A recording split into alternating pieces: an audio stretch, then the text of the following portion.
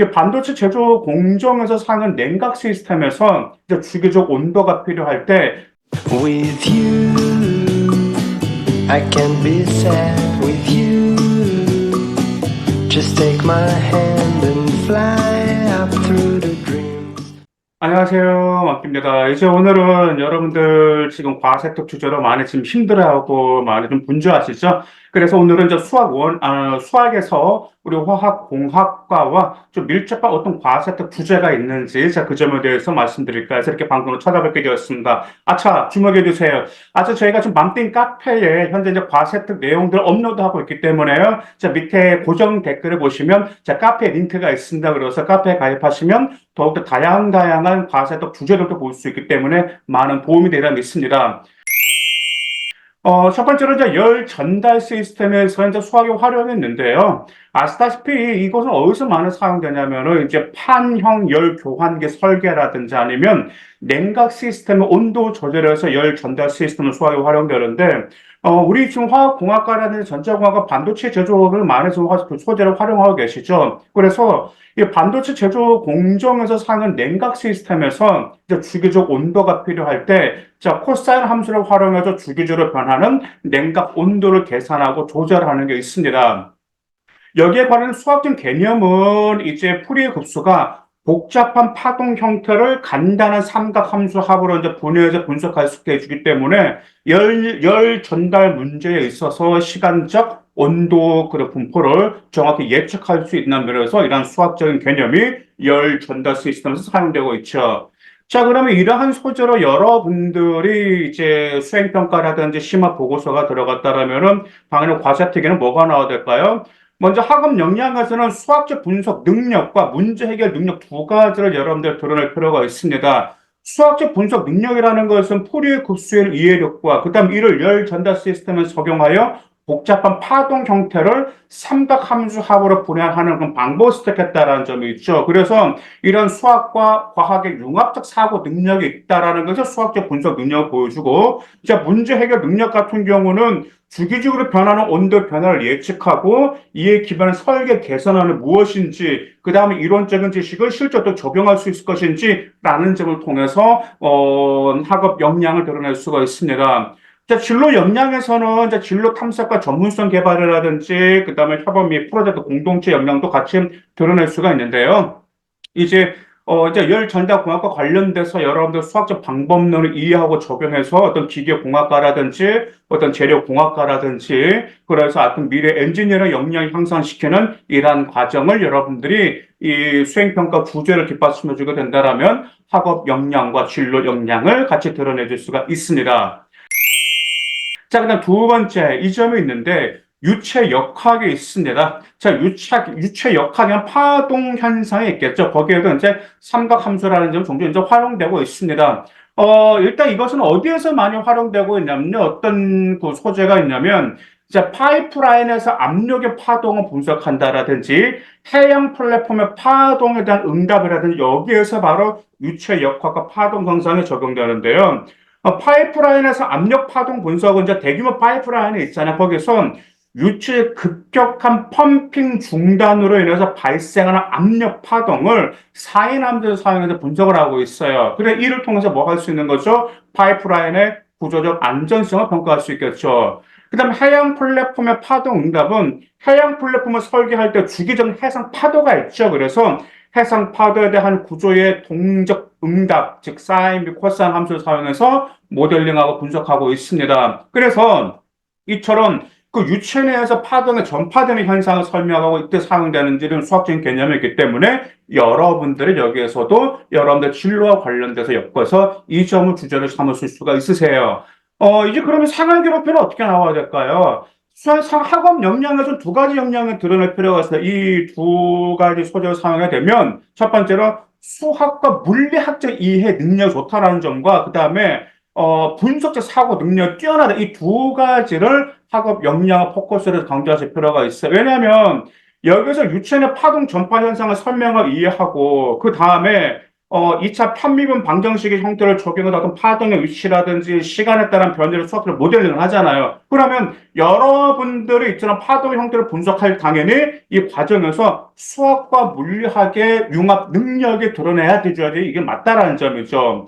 그다음 분석적 사고 같은 경우는 이제 왜 필요하냐면 이제 파이프라인이나 압력 파동 분석이라든지 해양 플랫폼의 파동 응답 분석 같은 경우는 좀 꽤 제법 좀 복잡한 실제 문제가 될 수 있어요. 그러다 보니까 여기서 여러분들이 하나하나 좀 분석적 사고를 강화하는 과정에 나올 필요가 있고 그 다음에 어떤 파이프라인의 구조적 안전성을 영향을 예측한다라든지 어떤 해상 파도의 동력 응답 계산한다라든지 이 점에 여러분 구체적으로 들어가면은 분석적 사고 능력이 같이 더 본격적으로 드러낼 수가 있습니다.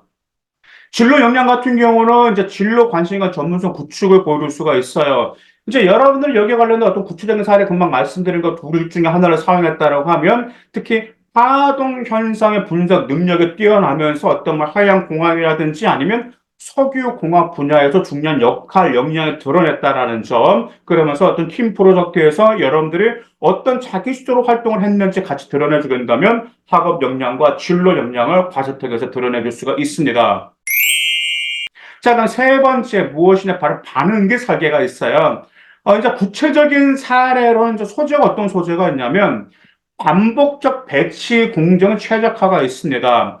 화학 반응기에서 반복적 배치 공정을 수행할 때 어떤 온도와 압력을 4인파로 조절해서 반응 효율과 생산성을 최대화하는 그런 사례가 있고요. 근데 두 번째는 촉매 반응의 주기적 활성화로 구체적인 사례가 되는데 촉매의 활성을 최대화하기 위해서 어떤 반응기의 온도를 주기적으로 조절하는 경우 삼각 함수를 사용해서 이러한 조건 변화를 정확히 계산하고 적용한다라는 점이죠. 그래서 이제 수학적인 개념에는 이제 삼각 함수를 사용해서 또 화학 반응 조건, 뭐 온도라든지 압력 등의 주기적 변화를 이제 설명하면서 이처럼 수학적인 개념 여러분들 같이 진로 역량과 드러낼 수가 있습니다.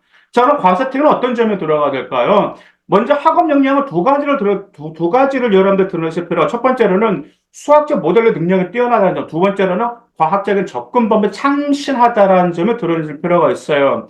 수학적인 모델링이라는 것은 이 점이 될 수 있겠죠. 어떤 화학 반응의 조건을 주기적으로 변화시키는 주기적 함수의 개념도 이해하고 적용해서 어떤 반응계 효율성을 극대화하는 방법, 역량을 여러분들 드러낼 때 수학적 역량을 드러낼 수 있고요. 자, 과학적 접근이라는 것은 삼각 함수를 활용해서 화학 반응기를 접근하고 설계하고 분석했다라는 점, 이런 식으로 들어갈 필요가 있겠죠. 그러면서 반복적 배치의 어떤 공정 최적화라든지 어떤 촉매 반응 주기적 활성화 사례를 통해서 일단 수학과 과학적인 접근을 연결고리 역량을 형성시켰다라는 식으로 나오면 여러분들 학업 역량을 두드러지게 드러낼 수 있습니다.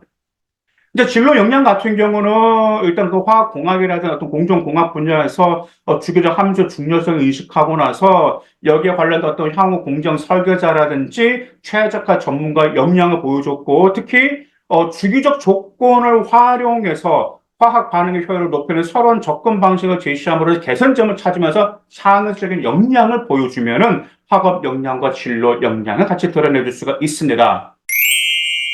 자, 그 다음에 이 주제도 괜찮아. 바로 광학 분석기입니다.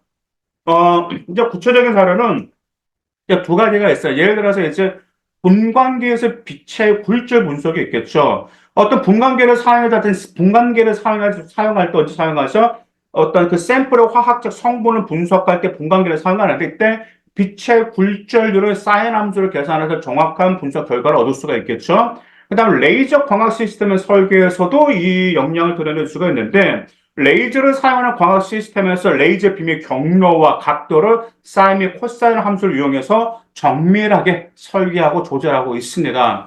그래서 아마 광학 분석기 하면 여러분들 이 수학적인 개념을 생각을 할 바로 스넬의 법칙을 생각을 할 겁니다. 빛이 다른 매질로 이동할 때 굴절되는 각도를 계산하는데 사용되는 수학적인 개념이 있죠. 그러면 여러분들 어떤 분광계라든지 레이저로 활용한 이러한 구체적인 광학 분석기를 활용했다라면 생활 기록부에는 어떤 점이 나와야 될까요? 자, 학업 역량은 두 가지가 나와요. 첫 번째로는 수학과 물리의 융합적인 역량이 좋다라는, 두 번째는 문제 해결 및 응용 능력이 좋다라는 점이 과사특에 나오면 유리합니다. 일단 스네르 법칙 같은 경우는 광학 분석에서 빛의 굴절을 계산하고 자, 이를 실제 기기 설계와 분석에 적용해서 물리학의 광학 분야에 대한 깊은 이해를 보여준다라는 식으로 나오게 되면은 여러분들 수학이라든지 물리학적 융합적 역량을 같이 보여줄 수가 있고요. 일단 문제 해결 및 응용 능력 같은 경우는 이제 여러 어떤 분광계를 하든 레이저를 하든 예를 들어서 분광계를 사용해서 화학적 성분을 분석할 때 어떤 빛의 정확한 굴절도 계산하고 또 이 데이터를 활용하여 샘플 분석 역량을 여러분 드러내주게 된다라면은 여러분의 문제 해결 역량도 같이 드러내줄 수가 있습니다. 일단 진로 역량 같은 경우는 당연히 물리학과 공학에 관련된 역량이 뛰어나다라는 드러낼 필요가 있겠죠. 그래서 광학 설계 및 광학 기반 기술의 실제적 적용 역량이 향상되어서 뭐 앞으로 어떤 물리학자라든지 광학 엔지니어 이러한 역량이 뛰어나다라는 점을 드러내주게 된다라는 학업 역량과 진로 역량을 같이 보여줄 수가 있습니다. 자, 그래서 오늘 같은 경우는 지금 우리 화학공학과 학생들, 화학공학은 솔직히 많은 점수를 하고 있죠. 그 다음에 화학공학과에 어떤 주제가 좋은지 이런 점들이 있는데 이런 점들을 여러분의 스타일로 살짝 수정하셔도 되고 이러한 수학적 개념을 다른 사례와 연결시켜도 좋기 때문에 여러분들 매우 좋은 주제가 될 수 있습니다. 감사합니다.